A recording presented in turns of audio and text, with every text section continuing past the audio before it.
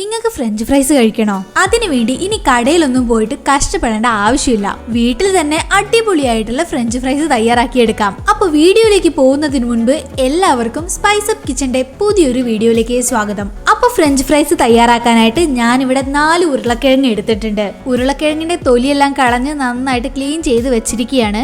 അപ്പൊ നമുക്ക് ഇത് ആദ്യം ഒന്ന് കട്ട് ചെയ്തെടുക്കാം. ഇതിനൊരു ഷേപ്പ് കിട്ടാൻ വേണ്ടിയിട്ട് ഉരുളക്കിഴങ്ങിന്റെ 2 അറ്റവും ഒന്ന് കട്ട് ചെയ്ത് കൊടുക്കുന്നുണ്ട്. എന്നിട്ട് ഒരു മീഡിയം തിക്നെസ്സിൽ നമുക്ക് കട്ട് ചെയ്തെടുക്കാം.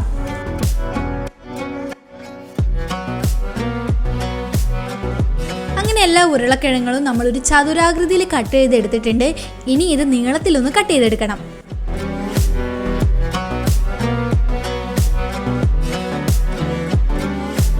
എല്ലാം നീളത്തിൽ കട്ട് ചെയ്ത് എടുത്തിട്ടുണ്ട്.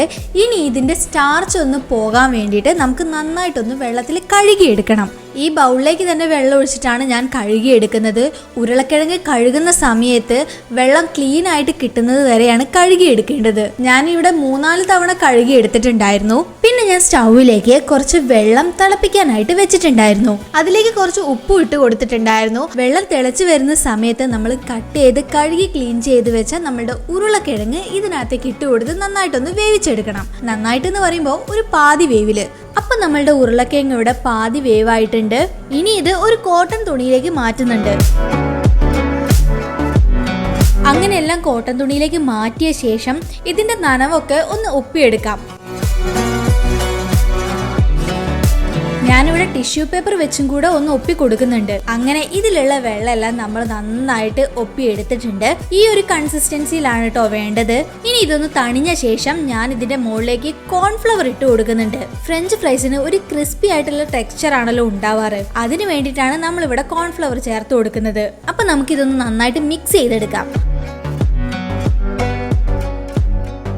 അങ്ങനെയെല്ലാം നന്നായിട്ട് മിക്സ് ചെയ്ത് എടുത്തിട്ടുണ്ട്. ഇനി ഇത് ഫ്രൈ ചെയ്തെടുക്കാനായിട്ട് ഓയിലാണ് യൂസ് ചെയ്യേണ്ടത്. അപ്പോൾ ഞാൻ ഓയിൽ ചൂടാക്കാനായിട്ട് വെച്ചിട്ടുണ്ട്. ഓയിൽ നന്നായിട്ട് ചൂടായി വന്നിട്ടുണ്ട്. ഇതിലേക്ക് നമ്മൾ കോൺഫ്ലവറിൽ മിക്സ് ചെയ്ത് വെച്ച ഉരുളക്കിഴങ്ങ് ഇട്ട് കൊടുക്കാം. ഇത് ഫ്രൈ ചെയ്യാനായിട്ട് എണ്ണയിലേക്ക് ഇടുന്ന സമയത്ത് ഹൈ ഫ്ലെയിമിലായിരിക്കണം ഉണ്ടാവേണ്ടത്. ഇതിങ്ങനെ ചെറിയ രീതിയിൽ ഇളക്കി കൊടുക്കുന്നത് നല്ലതാണ് കേട്ടോ. അങ്ങനെ നമ്മുടെ ഫ്രഞ്ച് ഫ്രൈസ് ഇവിടെ തയ്യാറായിട്ടുണ്ട്. ഇത് നമുക്ക് എണ്ണയിൽ നിന്ന് കോരി മാറ്റാം. അതിനുശേഷം ഇതിന്റെ മുകളിലേക്ക് ഞാൻ കുറച്ച് മുളക് പൊടി വിതറി കൊടുക്കുന്നുണ്ട്. പിന്നെ ഓൾറെഡി നമ്മൾ ഉരുളക്കിഴങ്ങ് വേവിക്കുന്ന സമയത്ത് ഉപ്പിട്ട് കൊടുത്തിട്ടുണ്ടായിരുന്നു. അത് കുറവാണെങ്കിൽ മാത്രം നിങ്ങൾക്ക് ഈ സമയത്ത് ഇതിന്റെ മുകളിലേക്ക് കുറച്ച് ഉപ്പ് വിതറി കൊടുക്കാവുന്നതാണ്. നമ്മൾ മുളക് പൊടി ഇട്ടത് ഒന്ന് നന്നായിട്ടൊന്ന് മിക്സ് ചെയ്ത് കൊടുക്കുന്നുണ്ട്.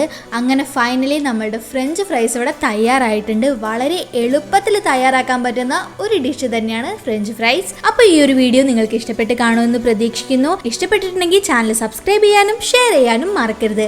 അപ്പോൾ മറ്റൊരു വിഭവമായിട്ട് വീണ്ടും കാണാം.